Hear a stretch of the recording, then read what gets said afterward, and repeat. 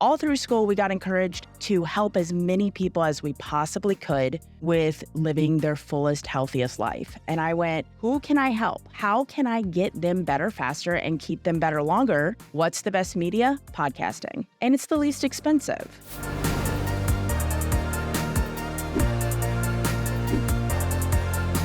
Hey, what's going on, Smart Chiropractors? Welcome to Interviews by the Smart Chiropractor. I'm Dr. Jeff Langmaid here with my co-host, Dr. Jason Deitch. Today, we have the opportunity to sit down and chat with Dr. Mac of Mac Performance and Mac Performance Podcast. Mac, thanks for taking some time and chatting with us today.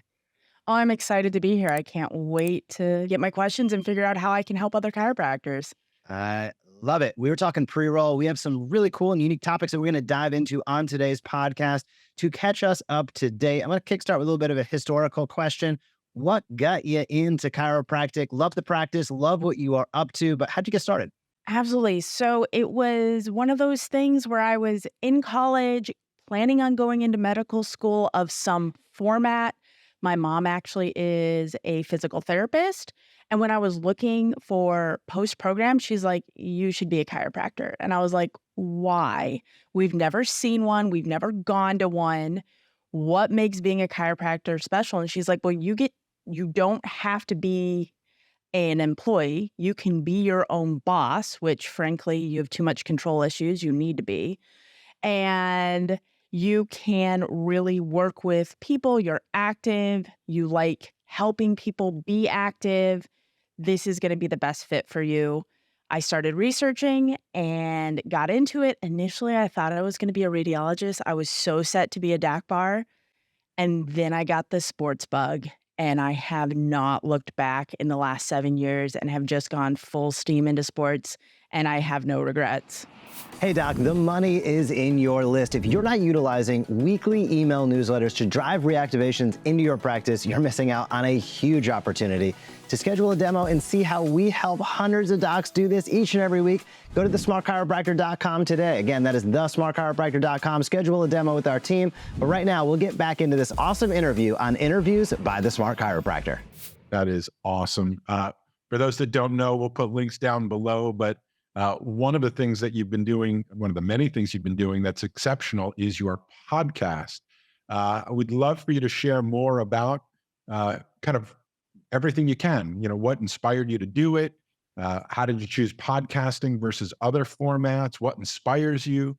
Who's your audience? And I also noticed that you do something unique, and we'd like to hear how effective as it relates to, you have a Patreon set up so that not only do you do podcasts, but you invite subscribers to, in fact, pay you or donate to you as a byproduct of the value that they receive from what you're doing. I don't know. We haven't interviewed any other chiropractors who have done that Patreon part of it. So lots to unpack there. What drove you into podcasting? What is that all about? What kind of feedback do you get? Who's your audience? And to whatever degree you can sort of share with us your experience generating monthly recurring revenue by sharing your knowledge, that all aligns perfectly with our brand new book, The Payday Practice. Would love to learn more. Absolutely. So when looking at why podcasting, I was looking at what format of media was the least stressful for me to curate. I despise writing, so blogging was out. It causes me so much stress and anxiety. I just was like, nope, that's not my thing. Filming, I am awkward on camera. Like, you put me in front of a camera and I get really weird. That wasn't really feeling well, so I tried YouTubing, to hit or miss. But it was something I could do speaking. No one had to see how awkward. I could edit it as many times as I needed to sound flawless. And then I could reach a larger audience than what my clinic could see. So all through school, we got encouraged to help as many people as we possibly could with living their fullest, healthiest life. And I went, how can I help people not only in my tiny neighborhood and across the entire world? Who can I help? How can I get them better faster and keep them better longer? What's the best media? Podcasting. And it's the least expensive, really. For those who don't know, maybe you just unpack a little bit about what Patreon is and how do you think about how that fits in with your podcast and what's been your experience with it so far? So Patreon is really just a platform that allows me to have subscribers, and then I can provide them private content that they have paid extra for. So I have some videos that I have only released on Patreon. I have some podcast episodes where, let's say, an interview went off the rail. I'm always trying to provide evidence based content. And, well, sometimes I'll have a guest come on and it just doesn't quite flow the way I want it to. Those become Patreon episodes where I can go back in and provide the research content on why this isn't the right episode to air on the main page and why they need to watch out for providers saying these things or why they need to watch out for individuals saying these things. There are so many health coaches that came out of the pandemic where people are like, oh, I'm at home, I can become a coach. And they are all touting I can do this for you. You can lose this weight. You can blah, blah, blah. Well, who's doing it right? Who's doing it wrong? I put that content out to my Patreon providers. There is quite a bit of free content on the podcast, but there's additional, more nuanced content. And then my Patreon subscribers also get to make episode suggestions. So if there's something they're searching for, they want a specific episode, that is what they get, tailored content to them that other subscribers don't have or that have gone on the main page. Now, podcasting can kind of be a scary place to broach when you're looking at all the different types of places it can be, but the way it's set up where you put it on one and it feeds it out into the ether for you made it so accessible from a technologically okay person. That is awesome. And, we talk about in our book, The Payday Practice, the concept of generating monthly recurring revenue to basically offset your expenses. You've got monthly recurring expenses. You might as well focus on generating monthly recurring revenue. Has that been helpful for you? Can you speak to kind of what changes in your philosophy or finances or sense of financial freedom when you've got a predictable source of monthly revenue on, let's say, the first of every month or monthly that is coming in as a result of subscription services? It's been helpful. I've been using my Patreon content to do my continuing education. So I kind of use that to offset those costs so that I don't have to worry about it. When I see something coming up, I just go to my Patreon and I pull from that bucket. So it just lives in Patreon as like a little cash source that I have nestled away that I can pull from whenever I need it to go do something. So if there's a really cool seminar and I want to go to it, I don't have to worry about pulling from my business in the traditional sense to take care of it. Other places that I've created monthly cash flow. So I have a small gym, single gym that I have some personal training and strength and conditioning coaches that do one-on-one training sessions. And then they pay me a monthly rental fee to use that space. So I also teach at a university. So I'm not always in my practice. I'm kind of the bottom line is I am all over the place and I like it that way. It feeds into my ADHD. I never get bored. But when I'm not in my practice, that's when my strength and conditioning and personal trainers are there. So my clinic is still being utilized. It's still generating revenue for me, even when I'm not directly in it. And then they send their patients to me. So if our appointment times overlap, a lot of times the patients are like, oh, you're here? Do you have an opening? And they'll just hop on my schedule. It is really a slick system for just having that space that exists. And I pretty much don't have to pay for any of it. I just get to go play when I want to. That is fantastic. There are so many chiropractors probably listening and watching right now that can literally look to the left or right in their own space and be like, wow, I have a beautiful facility that sits here and collects dust whenever I'm not here. And it's absolutely nuts, but that's the way that most chiropractors practice. I love to hear that you're doing a little bit different. There's business savvy involved with what you're doing. You're probably playing it down a little bit here, but I'd love to unpack that a little bit more. Which is, maybe potentially what was a struggle that you had getting that up and running, either finding tenant, whatever it might be, or if it was pretty easy, what do you see when you speak with other chiropractors is their biggest hurdle? And what bit of advice would you offer if somebody listening and watching is like, man, I should be doing that. I just don't know where to start. So this was something I implemented right after the pandemic came in. So when I first opened my practice, I actually rented from another chiro, opened in a singular room space, tried to keep all my overhead costs so that I could accrue the income to then move into my own space and then create this little mini gym. And so I have a PRX system in there. I have some sandbags. I have what the trainers need to work with their clients. And then they were already patients of mine. So I had gone into gyms and worked out and worked with them. And then we had talked back and forth.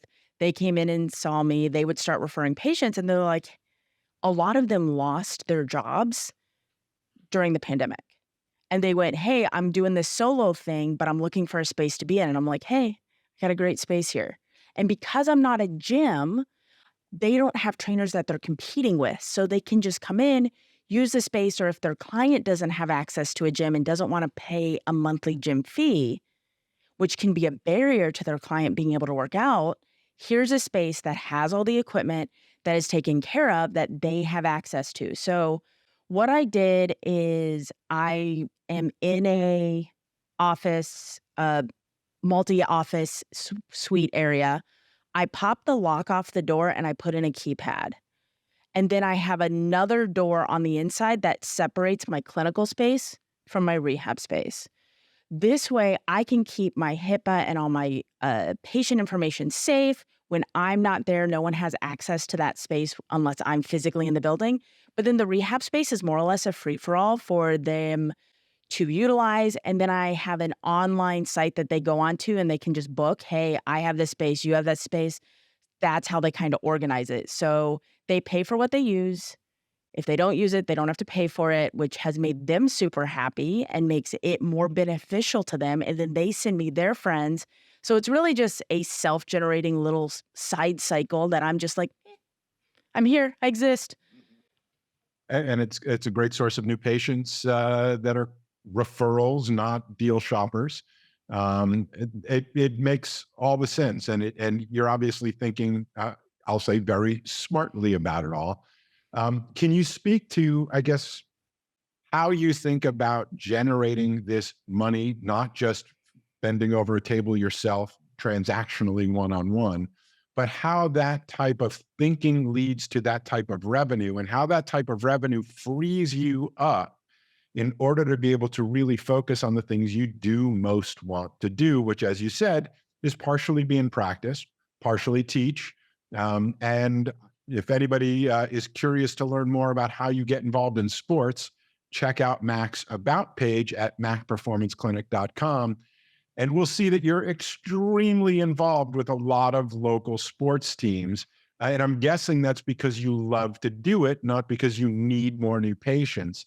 Can you speak to the freedom that this type of thinking gives you and anything you care to share about sort of your impact and passion in sports? Yeah, absolutely. So I recognized one thing is that I really don't enjoy just being in practice adjusting people. That is not my passion. I like to be on a team out in the wild, so to speak, not necessarily just camped into a clinic, treating the athletes in their environment of what they're doing. So, for example, in the summer, from about June to August, I actually shutter my clinic. I don't see any patients. And I go on the road with a competitive marching band across the Midwest. I have anywhere between 80 to 120 athletes on my team, and they are destroying their bodies, marching 9 hours a day, training to do insane performances with ridiculous props, and half the time running into each other, knocking each other out. And they just need someone to take care of them musculoskeletally. And that's where I fit in. And that is so much more fun and fills my cup where I love working with my patients in my practice, don't get me wrong, but it kind of gets boring And I just, it's something I like to be everywhere. I like to do on sidelines. I like emergencies. So I'm a chiropractor. I have my CCSP. I have my ICSC through the international sports, but I'm also an EMT. So I like to be kind of in the moment with my athletes. And then when they have a problem, I can be like, here's where we're at. We can start your rehab right here, right now on the sideline. So we can start working through some ranges of motion. You haven't broken anything. You don't need any more imaging, or, hey, let's get some imaging. Let's brace this. Let's get that taken care of. But then here's how we get into our rehab. Here's what you need to do over the next 72 hours to best set yourself up for success. That's where I have a lot of fun. Hey, it's Dr. Jason. I just want to take a brief moment and invite you to schedule a demo with our team to learn more about our patient pilot automated email campaigns.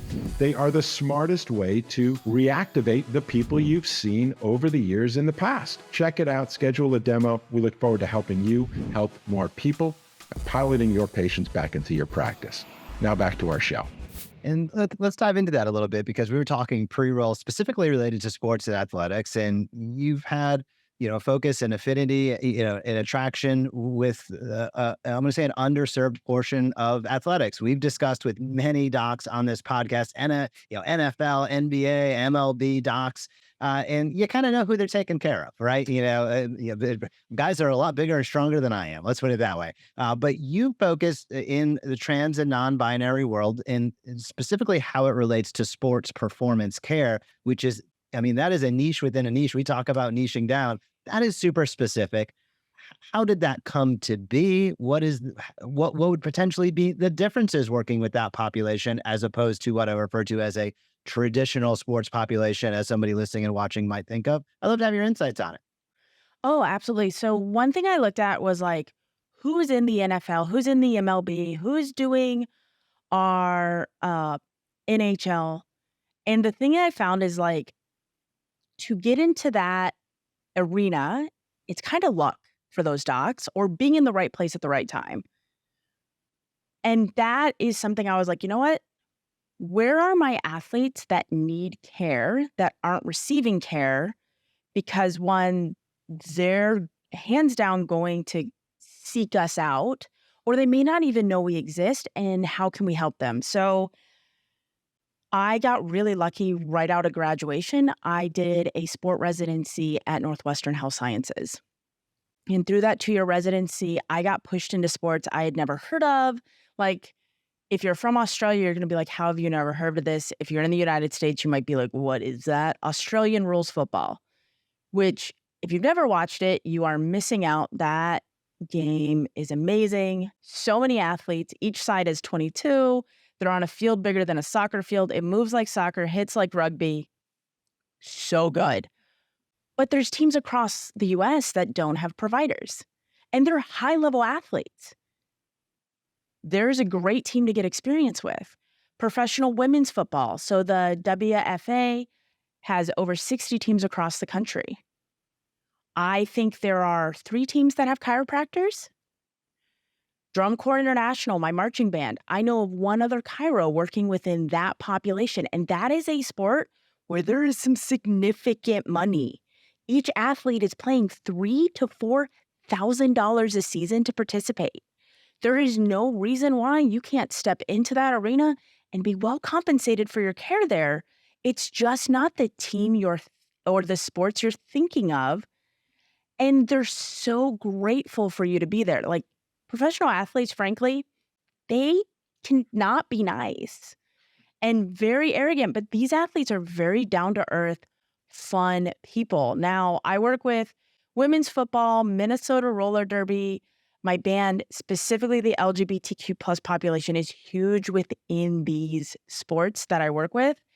And then I have a number of trans athletes, non-binary, learning how to communicate and work with them. And specifically like non-binary who may be wearing binders, how does that affect their ability to get air in as that's constricting their chest? How do I make my space, my treatment somewhere where they feel affirmed in how they are and not create a medical trauma? Because these individuals end up avoiding the doctor because they just have to teach their provider every time they go into that space. So I have stepped into there because there wasn't anybody there. And frankly, they're fun. Interesting people. They do crazy things, but just a really fun bunch of people that really appreciate what we can do, trying to avoid surgery, trying to avoid being put on medications, trying to just be the best athlete and not necessarily being able to access it because they don't have the massive resources that a men's team would have. Mac, it sounds like there's a massive need that could be filled. Hopefully thousands of chiropractors listening. If somebody's interested in getting involved, what would you recommend that they do? Google where the nearest team is. See what's there and reach out. Even if your state does not have a professional men's team, it does not mean there isn't a women's team there. Here in Minnesota, we have the Minnesota Vixen, we have the Minnesota Minx. South Dakota has the Snow Leopards.